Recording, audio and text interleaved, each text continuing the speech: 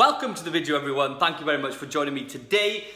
It is Thursday, I believe it's Thursday morning, and it's not an exciting day. I was about to say it was an exciting day. I'm actually heading up to Cardiff today for an appointment to have a tattoo removed. I know, disaster. Advice to anyone out there, do not ever have a tattoo when you're 17, especially a terrible one. Otherwise, you are gonna have to go through the pain, the agony that I am today to have this off. And I can tell you, right, my pain threshold is pretty good, but I was nearly crying like a little girl when I was having this done. But on to topic. So I'm going to be looking today at the issue of dealing with returns as a third-party seller on Amazon. So I'm going to show you an example of some products that I received and an issue that I had and how I would deal with it as a seller and how I've responded, right, as on the receiving end as a customer. So I hope you enjoy the video. Try and take everything on board.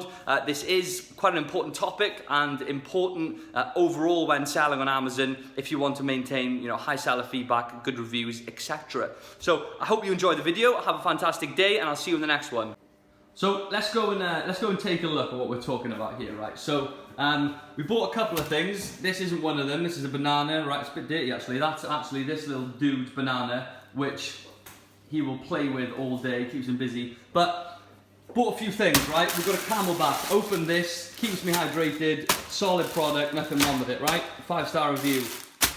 These are pink. They're not mine. I promise. We got some ski goggles, right? These were also very good. This is paint, by the way. I've been painting all day yesterday. And these were the gloves that I got, okay? So we opened them up, and this is what we saw. So on the face of things, right, these looked great. I was pretty happy with them. They've got like special material on the fingers that you can use your iPhone with, and yeah, I was pretty happy. But upon further inspection, right, I put these gloves on and noticed that. Now, these gloves have never been used, they're brand new, which is a shame, right? So, obviously, I'm going to be returning these gloves. So yeah, I'm going to be returning these gloves because they're damaged, right? They're a defective item. And the first thing that I did as a customer, right, I appreciate that reviews are scarce, they're hard to deal with, so I'm not going to be too harsh with the seller. You know, they're going to be selling hundreds of these gloves every month. There are going to be issues with them. So I messaged the seller and just, you know, very kindly said, I've received an item which is damaged. Can you please reimburse me or send me a replacement? Now, I know that I can get a replacement within 30 days anyway and just return the item. But, you know, I was hoping that they would just give me another pair anyway. It saved me the hassle of going to the post office. But they haven't responded, right?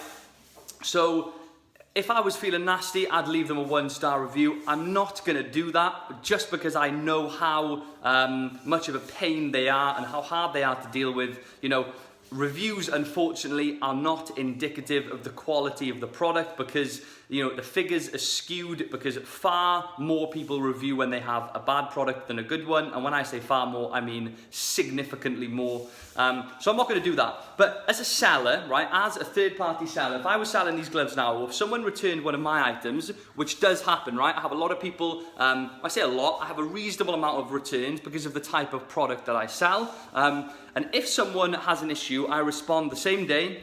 I apologize, and this is what I would advise everyone to do, right? Customer is always right. You immediately make contact and apologize to the customer, explain to them that it's not a common occurrence within the business, you very rarely experience it. Customer service is one of your main priorities as a seller on Amazon, and you want to make sure that the customer experience is, you know, top notch. So as a result of that, you are happy to allow them to keep the item, that's what I do, and send them out a brand new replacement. And as well as that, if you're finding they're quite awkward, you can actually offer them, you know, some sort of discount code for a further purchase down the line. Any incentive to A, prevent them leaving a review, and if they have already left a negative review, remember the customer does have an opportunity to change that. So they can go back into their account and they can, you know, amend the initial poor review, which then reflects your customer service, right? I've had reviews gone from 1-star to 5-star from my own customer service to the customer where they've said, actually, the problem was resolved. You know, I was contacted by so-and-so and they fixed the issue and they were very nice and very friendly and etc, etc. So the main point I'm getting across here is customer is always right.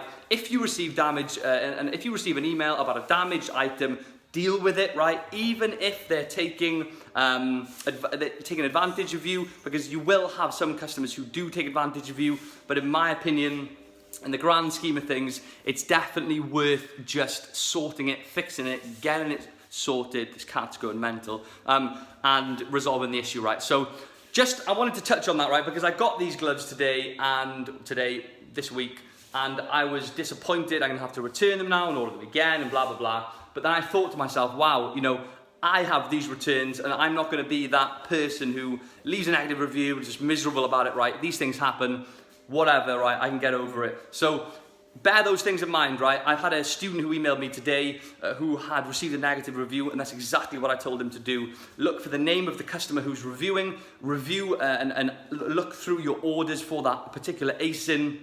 Try and make contact if you can. Sometimes it will be anonymous. It will just say Amazon customer above the review. If it does say a name, you can reach out to them and try and resolve it. So I hope you found that useful. Happy selling on Amazon, right? It's a good day. I had a fantastic week this week selling. So yeah, it's all good. So have a good day, and I'll see you in the next one.